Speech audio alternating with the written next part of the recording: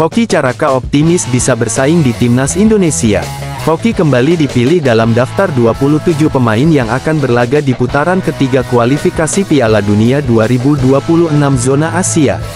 Indonesia pada bulan ini akan cukup sibuk dalam pertandingan melawan Jepang 15/11 dan Arab Saudi 19/11 di Stadion Utama Gelora Bung Karno, Jakarta. Menariknya, striker PSS Sleman ini datang dengan modal penting setelah penampilan apiknya di Liga 1 musim ini. Dari 10 laga dia menyumbangkan 3 gol dan 1 assist sekaligus menjadi top scorer Super Elja. Hoki Caraka menjelaskan bahwa persaingan di timnas Indonesia saat ini sangat ketat. Di lini depan ada 2 nama yang mendapatkan panggilan yakni Ramadan Sananta dan Rafael Struijk.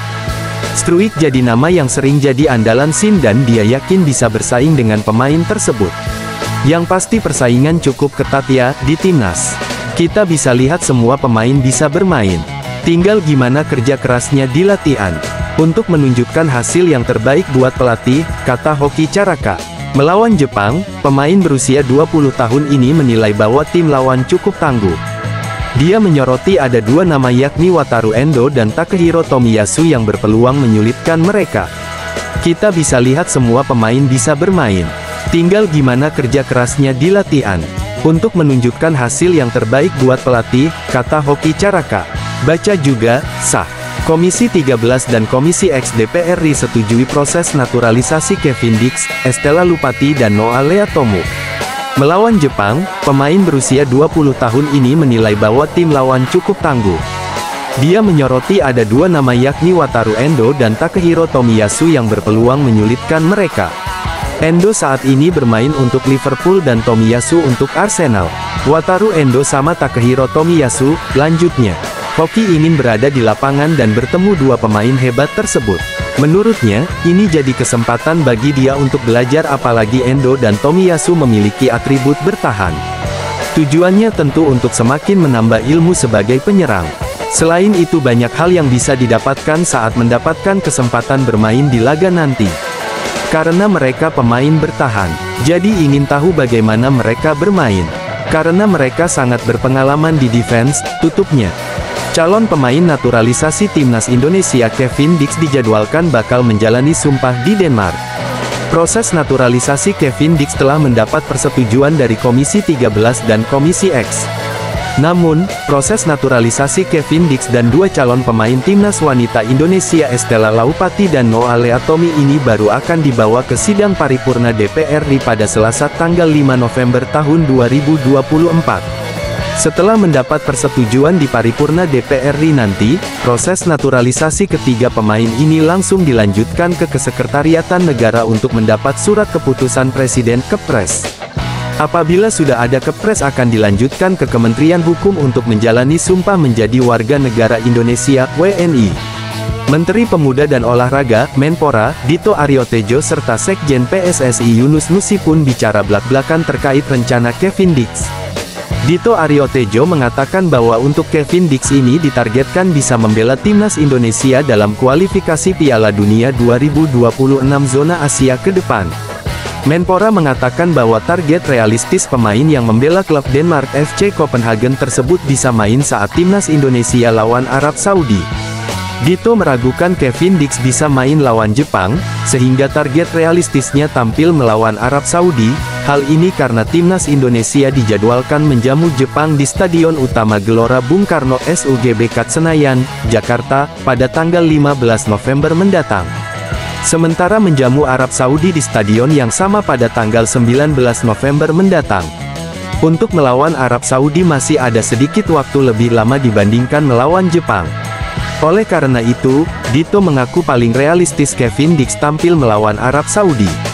Untuk Kevin Dix ini diproyeksikan untuk bisa bermain di kualifikasi Piala Dunia selanjutnya, tapi mungkin target realistisnya adalah saat laga Indonesia bertemu dengan Arab Saudi, tapi PSSI akan mengusahakan secepatnya, ucapnya. Lebih lanjut, saat ditanya apakah pengambilan sumpah Kevin Dix nantinya bakal dilangsungkan di Denmark, Dito mengatakan bahwa sampai saat ini pengambilan sumpah Kevin Dix direncanakan pada tanggal 7 November tahun 2024 di Denmark. Ini karena saat ini Dix masih sibuk menjalani pertandingan dengan klubnya. Dia rencana diambil sumpah tanggal 7 November tahun 2024 oleh Kementerian Hukum, kata Dito Aryo Tejo. Rencananya pengambilan sumpahnya di Denmark, ucapnya. Sekjen PSSI Yunus Nusi pun menambahkan bahwa pengambilan sumpah ini dilakukan di Denmark karena Dix memang masih sibuk dengan klubnya. Oleh karena itu, agar sang pemain bisa membela timnas Indonesia lawan Arab Saudi nantinya. Pengambilan sumpah ini dikejar dan bisa secepatnya dilakukan, sehingga akan disumpah di Denmark. Dia rencana diambil sumpah tanggal 7 November tahun 2024 oleh Kementerian Hukum, kata Dito Aryo Tejo. Rencananya pengambilan sumpahnya di Denmark, ucapnya. Sekjen PSSI Yunus Nusi pun menambahkan bahwa pengambilan sumpah ini dilakukan di Denmark karena Dix memang masih sibuk dengan klubnya. Oleh karena itu, agar sang pemain bisa membela timnas Indonesia lawan Arab Saudi nantinya. Pengambilan sumpah ini dikejar dan bisa secepatnya dilakukan, sehingga akan disumpah di Denmark. Hari ini malah dia si Kevin Dix lagi main hari ini, belum bisa untuk dia datang secepatnya ke sini. Jadi kita mengejar waktu, jelas Yunus Nusi. Yunus mengaku bahwa sebenarnya PSSI mengharapkan Dix bisa bergabung dan bermain melawan Jepang dan Arab Saudi. Namun, ia belum bisa menjamin Dix bisa bermain dalam dua laga tersebut. Oleh karena itu, dalam sisa waktu yang ada ini, PSSI berusaha semaksimal mungkin agar Kevin Dix bisa bermain secepatnya. Hal ini karena sejak awal proses naturalisasi pemain keturunan Indonesia dari sang kakek dan neneknya ini diharapkan bisa menambah kekuatan skuad Garuda dan bisa bermain secepatnya.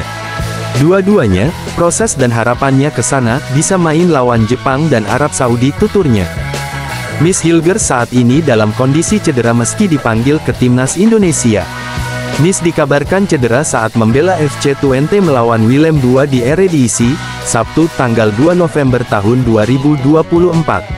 Dia sempat terlihat kesakitan pada menit ke-36 meski tetap bisa melanjutkan pertandingan. Namun, posisinya digantikan oleh Gustav Lagerbielke pada menit ke-46 dan harus mendapatkan perawatan. Kondisi ini membuat dia diragukan tampil saat Twente menantang OGC Nice pada tanggal 8 November nanti. Pelatih timnas Indonesia, Shin Tae-yong percaya Miss Hilgers bisa segera bergabung ke timnas Indonesia. Menurutnya, kondisi fisik pemainnya tersebut cukup baik dan bisa menjalani pemulihan dengan cepat. Apalagi, tim Eropa memiliki pendekatan khusus untuk pemain yang cedera. Jadi dia adalah atlet yang baik. Sehingga proses pemulihannya juga berangsur sangat baik, kata Shin Tae-yong dilansir bolasport.com dari laman Antara. Pelatih kelahiran Yongdeok ini menambahkan, saat ini dia masih memantau kondisi Miss. Menurutnya, waktu yang ada cukup untuk membuat sang pemain bisa pulih dan segera terbang ke Jakarta. Absennya Miss tentu akan menjadi kerugian besar karena Indonesia akan berhadapan dengan Jepang pada tanggal 15 November nanti. Skuad Garuda perlu kekuatan penuh agar bisa mendapatkan hasil positif dari laga tersebut. Itu tergantung pada kondisi waktu pemulihan Hilgers. Tergantung kondisinya nanti, tutupnya. Kabar cedera Miss dilaporkan oleh pengamat Taimen Van Wissing. Dia menjelaskan bahwa pemain berusia 23 tahun tersebut ditarik keluar karena cedera hamstring, namun, kabar buruknya Miss akan absen saat Twente melawan Nice karena harus menjalani pemulihan. Keputusan tersebut bisa diambil agar dia tidak mendapatkan cedera yang lebih parah. Masih belum banyak yang dapat dikatakan mengenai Stan dan Hilgers yang akan bermain pada hari Kamis mendatang. Hilgers absen karena masalah hamstring, digantikan dengan sangat baik oleh Lagerbielke, sehingga Stan sakit, tutupnya. Tiket pertandingan antara timnas Indonesia di Stadion Utama Gelora Bung Karno, Jakarta, pada tanggal 15 November sudah habis terjual. Skuad Garuda akan melanjutkan pertarungan melawan Jepang dan Arab Saudi dalam lanjutan kualifikasi Piala Dunia 2026 zona Asia.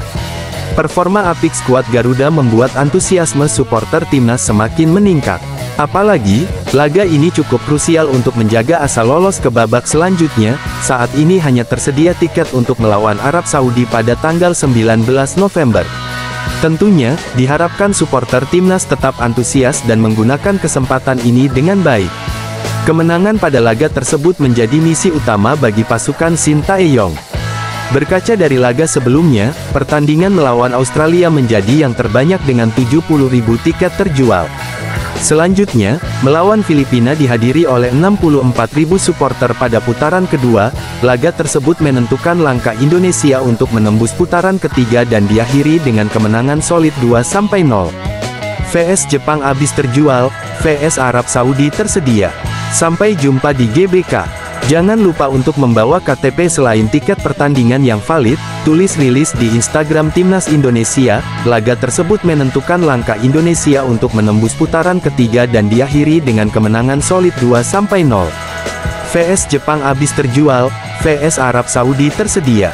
Sampai jumpa di GBK. Jangan lupa untuk membawa KTP selain tiket pertandingan yang valid, tulis rilis di Instagram Timnas Indonesia. Baca juga, disetujui Komisi X DPR, Kevin Dix ditargetkan bela Timnas Indonesia lawan Arab Saudi. Skuad Garuda akan mulai berkumpul pada tanggal 10 November nanti. Kali ini tidak ada pemusatan latihan panjang karena semua pemain dalam kondisi bugar setelah berkompetisi dengan klubnya masing-masing. Mereka tinggal melakukan adaptasi dan mematangkan taktikal untuk melawan Jepang dan Arab Saudi. Target 4 poin akan coba dikejar oleh skuad Garuda pada bulan November ini. Dia juga berjanji akan mempersiapkan laga tersebut dengan maksimal. Selain itu, bermain di kandang akan menjadi tambahan motivasi untuk semua pemain yang bertarung di lapangan.